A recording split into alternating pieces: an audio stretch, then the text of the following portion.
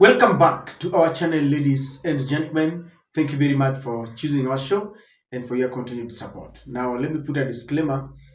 I have some pain in my tongue, so talking is a little bit difficult.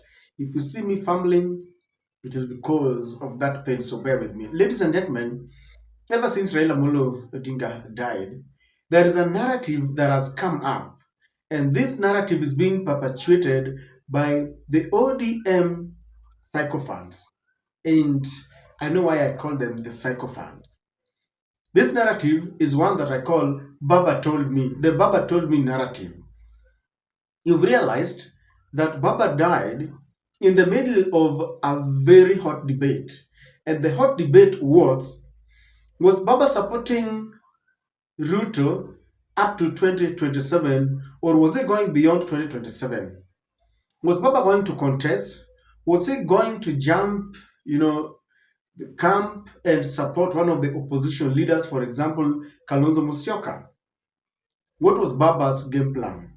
Now, I have listened to leaders like the Homa Bay Governor Gladys Wanga, the Energy Cabinet Secretary Opiyo Wandayi, Finance Cabinet Secretary John Mbadi, people like Joho and Oparanya.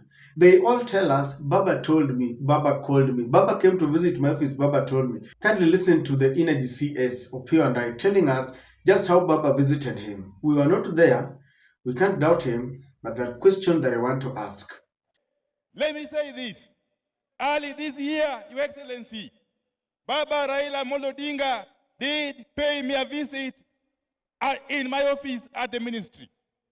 And he told me that work for your country selflessly, that support your government fully. He concluded by telling me, Your Excellency, that he has been in many political arrangements. He has been in many political partnerships. But he has come to learn that, Your Excellency, President William Ruto, you are sincere. He also told me that you have demonstrated to him utmost goodwill. And therefore, as I conclude, one lasting tribute, the only lasting tribute we can pay to Baba and to perpetuate his legacy is to enhance and continue with the partnership that he started with President William Ruto. Now, in ODM, there were two groups of people. There were leaders and there were supporters. The very most important core of ODM, they were the supporters. These are the people who used to go to the streets to protest, to shield Raila. They were there, they will listen to his rallying call. And these were the most important people in ODM. And so I want us to juxtapose two things. Some leaders say that in secret, Raila met them, Raila called them, and Raila told them, we need to be in this government beyond 2027. But ladies and gentlemen, this is what Raila told the most important part of ODM, the ones without which you cannot have ODM, the supporters. Concerning 2027, this is what Raila told us in broad daylight. It was captured.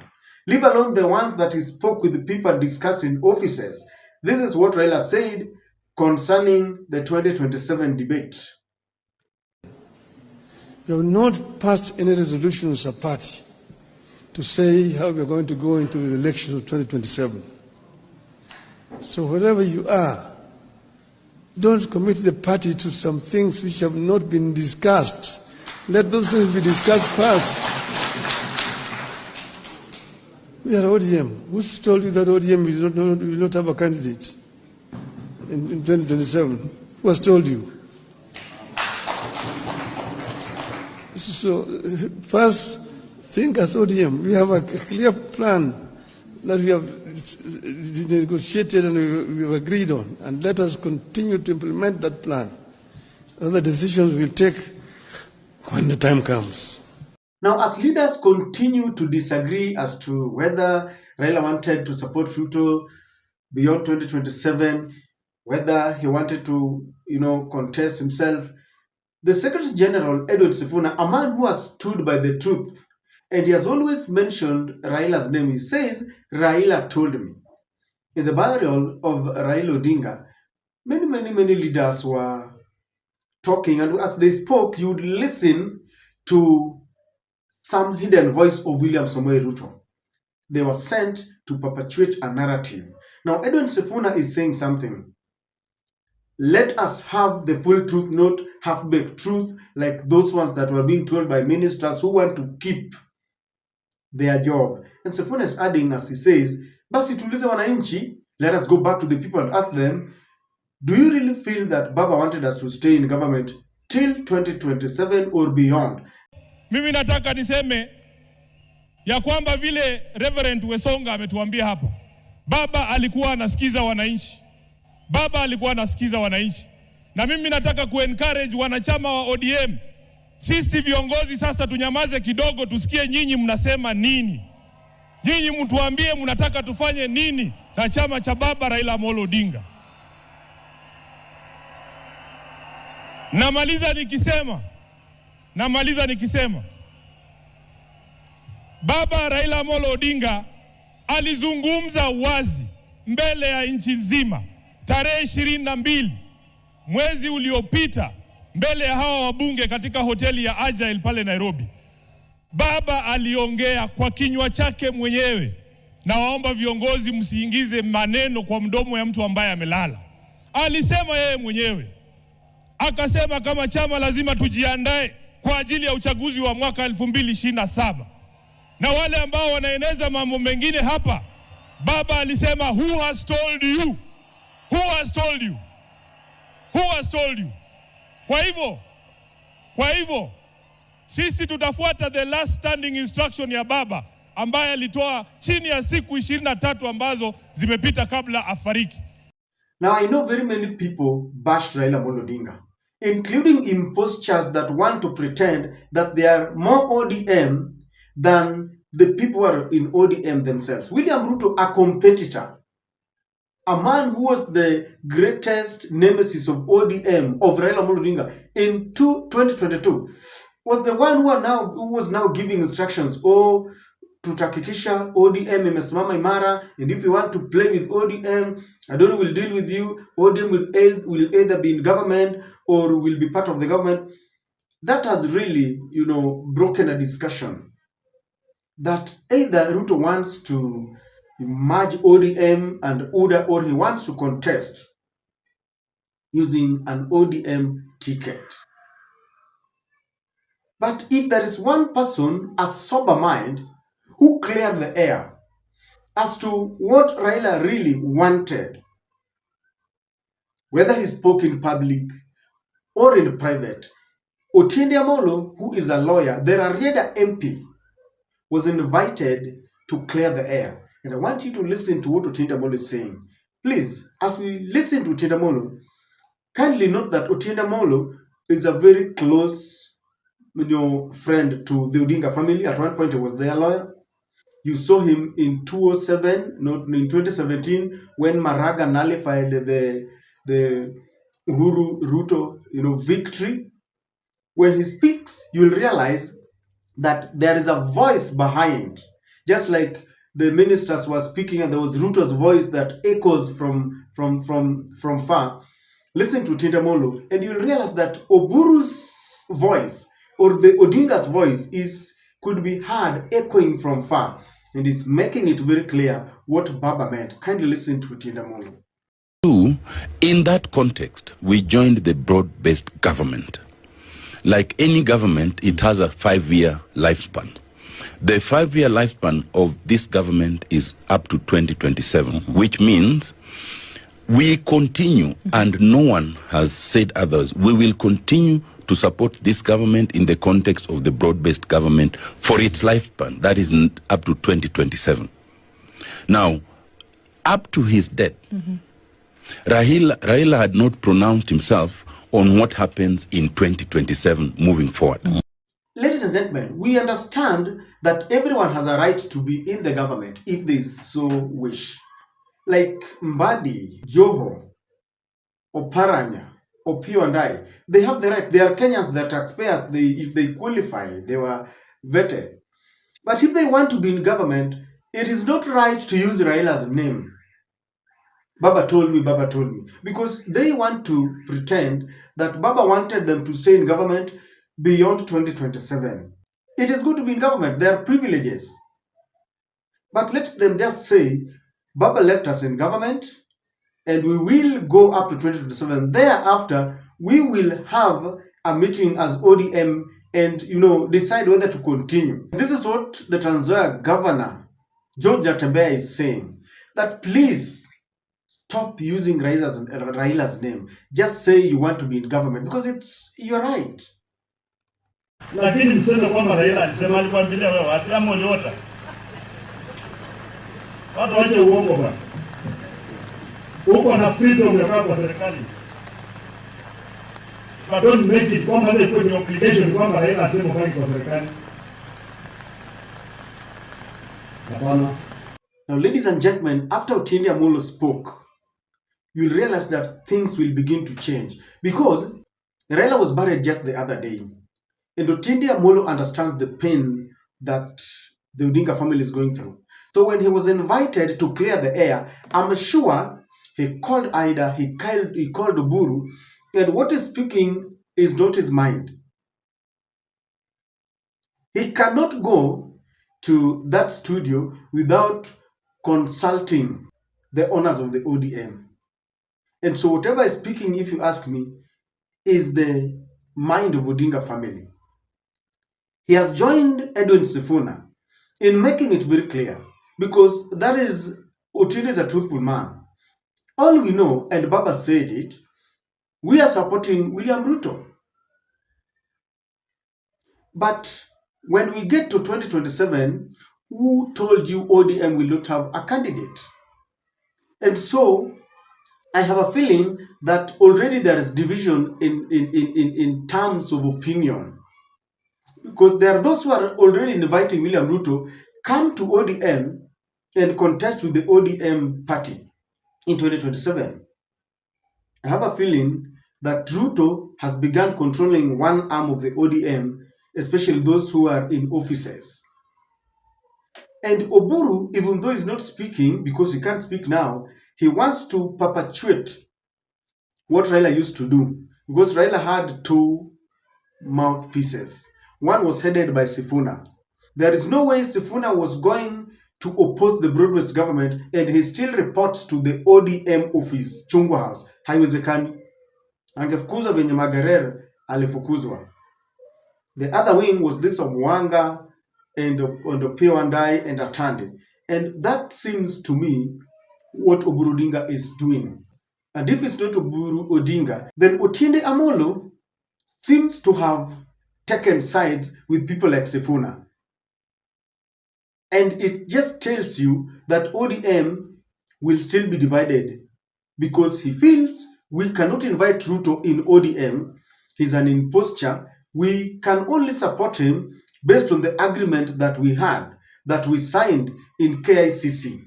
If push comes to shove, then what Sifuna is saying is the most important thing and the most probable thing to do. People will go back to the supporters themselves. As I said, without supporters, you cannot have a party. UD will not be there without supporters. ODM won't be there without supporters. So we have to go back to the people. Do you want us to continue beyond 2027? Because if you ask me, for the ODM members, they can be in government if they so wish. But as we approach 2027, they must ask themselves, what did Ruto do to you? Beyond that, what did he do to Kenyans? And we have to look at his promises vis-a-vis what he has implemented. What about the constitution? Did William Ruto uphold the constitution? What about the human rights? Did this government, for the 5 years that William Ruto ruled the nation, what is his track record when it comes to human rights violation and respect to human rights? What about the loans that he told us he would not take? What about corruption in the country? Ladies and gentlemen, these are things that go beyond just, yes, you connected electricity, fair enough, you connected some roads, but then the question that must come, are there people to use those roads? Because if you build roads and you kill people who are supposed to walk on those roads, then there is a problem. And the ODM supporters will look at what the opposition is offering to Kenyans. And to them, maybe.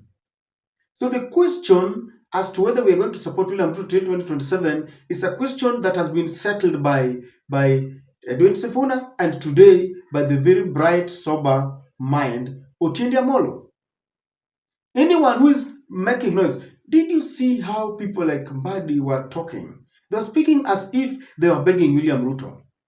If you want to survive in a government, play your game as Raila used to do it. If you show despondency, that you are disparate, then the government will not see your value. You must stand firm. You must allow people like Sifuna to speak on your behalf. Awatetee, apige kelele, aseme ukitoa watu wetu hata tutarudi barabara. But if you begin to plead, you begin to beg, you were not given cabinet positions as a matter of favor. Please, Wandai, Joho, Oparanya, Sijui, all those members of the cabinet from ODM, it is your right. Stop begging. If you beg, and when you beg, you look so disparate, and your worth will be lowered. Hakuna bonga point. Bonga points zinarudi down. If you want wananchi to support your idea in government, speak with authority. Work for the people. Do not negate the policies of the ODM. ODM has been a party that speaks on behalf of the downtrodden, the weak, those who cannot speak.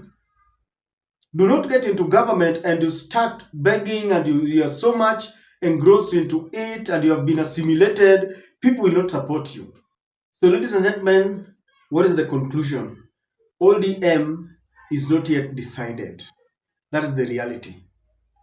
They will sit down and see whether they're going to support Ruto beyond 2027. That is a fact.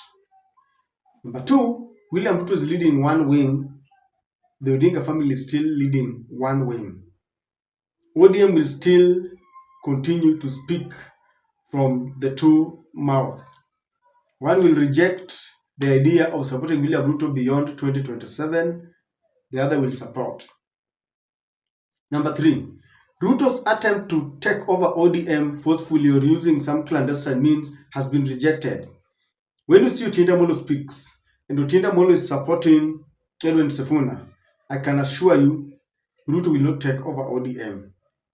Number four, one term could be very real. If the ODM party has not assured Ruto of its support in 2027, I can assure you one term is real, and Ruto is really a worried man.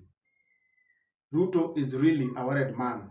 And those who are, yapping, saying, oh, Ruto kuja, Ruto fanya nini, they were targeting people like Babu Owino because they do not want any other kingpin. They pretend that Babu is not a Luo, yet they embrace William Ruto. When did William Ruto become a Luo? This kind of dirty politics, where they even bring in the name of Rigathi Gachagua when Rigathi has not spoken, will die a natural death. And as we head to 2027, wananchi must be allowed to scrutinize what Ruto has done to them. Ruto must be allowed to come and tell us what he has done. The opposition must be allowed to come and tell us what they want to do to the country. So this idea that, oh, Ruto come, we were the kingpin, this has been shot dead, if you ask me. And I like the fact that some leaders are still very sober in the middle of psychopaths who want to lick Ruto's boots. There are those who are speaking and telling it the way it is. I don't know what to think, but I have a feeling that Otiende Amolo could have not come to that studio to just give his own opinion. He had to contact Oburu Odinga, and I believe his sentiments are the sentiments of Oburu Odinga. Let us see because there is going to be a lot of confusion. If William Ruto thought that he's the most cunning president and the most cunning politicians, the ODM is going to perpetuate the very politics that they were playing. Sifuna might not, and I'm saying might not, be chased from the party. He will still continue leading that wing. People like Wanga will continue, and the game continues. We see who blinks first ahead of 2027.